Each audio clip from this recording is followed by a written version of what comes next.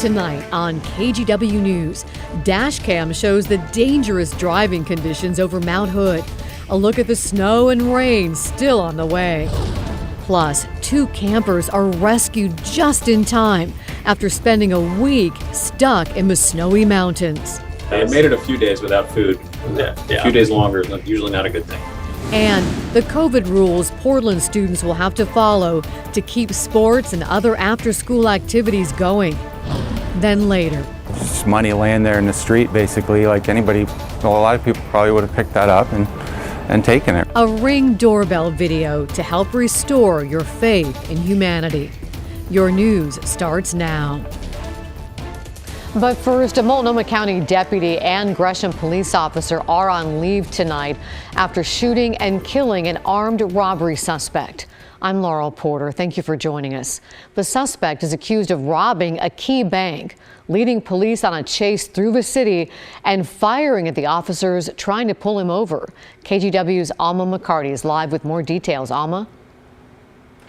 Well, the Gresham police chief called this incident extremely chaotic and dangerous because it happened around rush hour with a lot of people out on the roadway, and it really lasted about 20 minutes, according to him, and really ended around here behind me at the Gresham Station Shopping Center.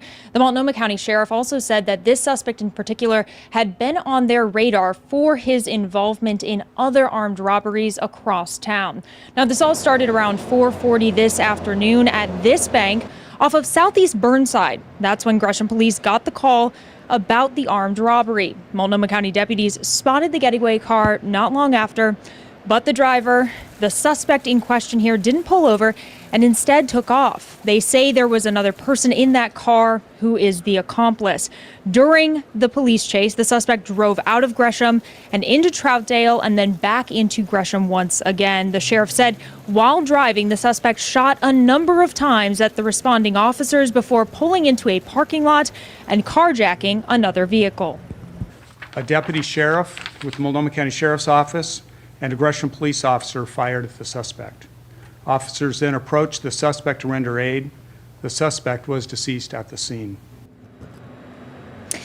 Sheriff Mike Reese said the accomplice was arrested without incident and the victim in the carjacking is okay and is safe. Chief Travis Goldberg said the East Multnomah County Major Crimes Team is investigating, and the deputy and officer who fired their guns are on critical incident leave.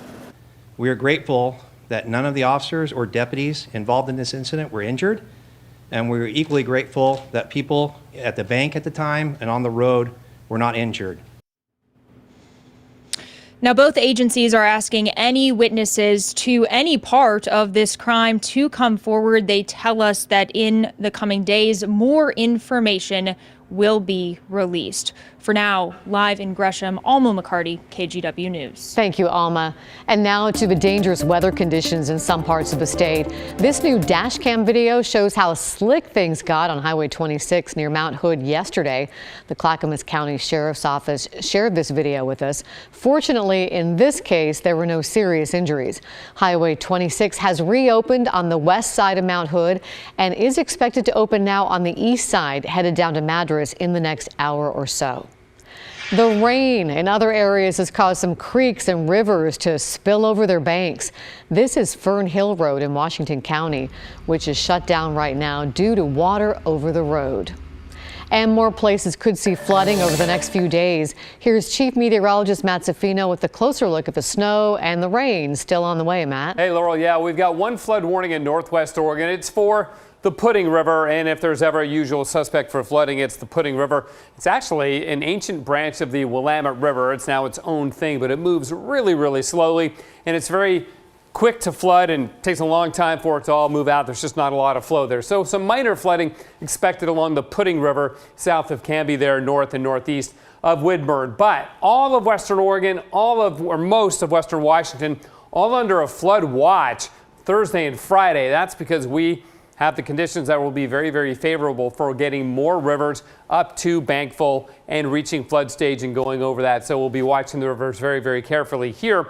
And the rainfall is going to be impressive over the next 24 to 48 hours here. Look at this.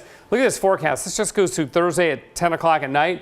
It's about 2 inches in Portland, but nearly 5 inches at Astoria, 4+ inches at Tillamook. So it just depends on exactly where the heaviest rain band sets up. You can see it extends from northwest Oregon up into southwest Washington with 4 or 5 inch rain amounts there. And the reason for that is this atmospheric river. We've had several so far this fall and winter. This next one aimed right at northwest Oregon and southwest Washington. This is a very narrow, concentrated area of very moisture-rich air that just makes it pour and pour and pour. The front will stall out underneath that, and exactly where that happens, that's who's going to get the heaviest rainfall. Now, right now, the rain is decreasing here in town. There is snow in the Cascades still. Check out Timberline right now. Very, very snowy, but it's also warming up. It's 30 degrees right now. Temperature's been warming all night. So far, 6 inches of new snow there. More on the way. We'll talk about the implications of the warmer weather on the snowpack a little later too. Laurel, back to you. Oh boy, another atmospheric river headed our way. Let's just keep on coming. Thank you, Matt. We visited Hood River today where many people were digging out of the snow. The snow was nonstop there for 3 days and they got up to 3 feet in some areas. 2 people who work in downtown Hood River said they spent 4 hours clearing their driveways and sidewalks. All that snow also meant some delivery trucks couldn't make it to businesses there today. So today we don't have any dough and I don't have any cream cheese. So it's hard to own the business with the trucking not being able to get here. It dropped anywhere from 18 inches to up on the hill. We've got 3 feet in some spots, and it's been relentless. Some people getting into Hood River today say they spent the night in their cars on Mount Hood, unable to drive in the extreme conditions. In Lane County, several feet of snow and blizzard conditions made it nearly impossible to find 2 missing campers. They've been gone for more than a week. Catherine Cook talked with the Coast Guard team that spotted them from the air and came to their rescue. Well, I think he's excited. Yeah, he's happy. A rescue descent into waist-deep snow. Like freezing his butt off. Probably really cold. It was New Year's Day. This crew with Coast Guard Sector North Bend spent 4 hours flying over the Umpqua National Forest near Eugene. They were searching for Christian Farnsworth and Parker Jasmer. The 2 19-year-olds were on a snow camping trip and due home December 29th. 3 days later, the Coast Guard stepped up. When we came back around, that's when we kind of noticed the SOS in the snow. The teens were standing near their car, parked off a logging road.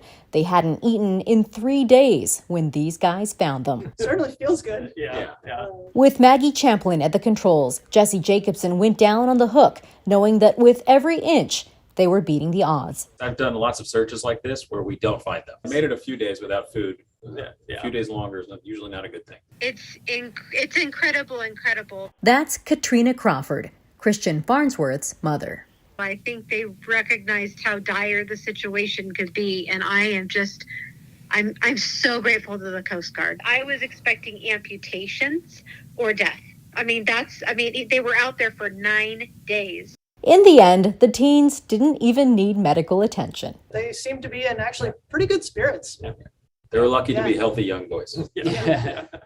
Every situation is different, but rescue crews hope that if you're planning an outdoor trip, you'll do 2 things. First, tell at least a couple people where you're going and be specific about your route. And also carry a commercial beacon with you.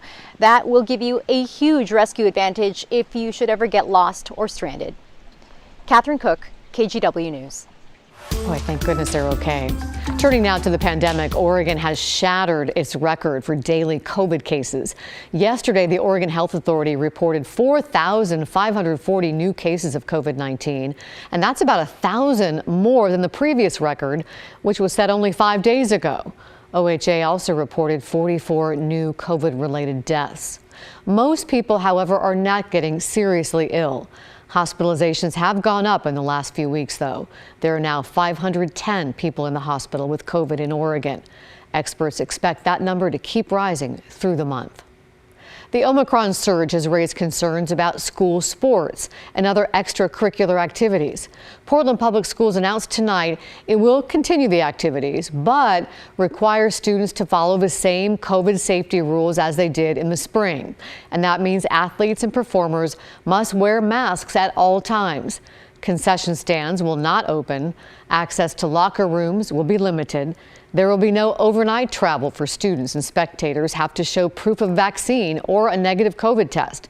PPS said it will continue those protocols through at least February 4th. This comes after the Oregon Department of Education recommended that schools pause extracurricular activities to limit COVID cases during the current surge of the Omicron variant. But as Christine Pitawanich found out, COVID is already affecting gameplay for some teens, with one district making the decision before the announcement. Well, I'm Jolynn Trippy, and I'm a senior at Riverdale High School. Jolynn Trippy loves basketball, and this year is her last shot on Riverdale's varsity basketball team. The girls' team has won league twice in the past 3 years, and we could do it again this year. But she worries that opportunity is in jeopardy after a couple players on the girls' and boys' varsity basketball teams tested positive for COVID. Now practices are canceled and games are postponed. In a statement, a Riverdale School District spokesperson says after collaborating with the county health department and the Oregon Health and Science University, the district determined that additional students may have been exposed because students competed without masks. The district says it's offering tests and expects results later this week, though it's still unclear exactly when players will be able to get back on the court. Just disappointed that, I've worked so hard, and then senior year, it's just unfortunate. But Jolynn, who is vaccinated and got her booster, says she's also confused. If we're going to be suspended from play, then how are we still allowed at school? So it doesn't make a lot of sense. That's Jolynn's dad, Joe Trippy. High school is kind of the end for this kind of team experience. When do we acknowledge that we've taken every reasonable mitigation effort to allow these kids to participate on some level of a new normal? Jolynn says she's willing to play and practice in a mask or even bring players up from JV to keep playing basketball. There are other solutions, and I would like support in finding them. The district says once players return to the court, they're going to have to be masked at all times. But Jolynn says by that point, it's possible the team will have missed a number of games, which puts them at a disadvantage. That's why she's hoping they'll get back to playing as soon as possible. Christine Pitawanich, KGW News.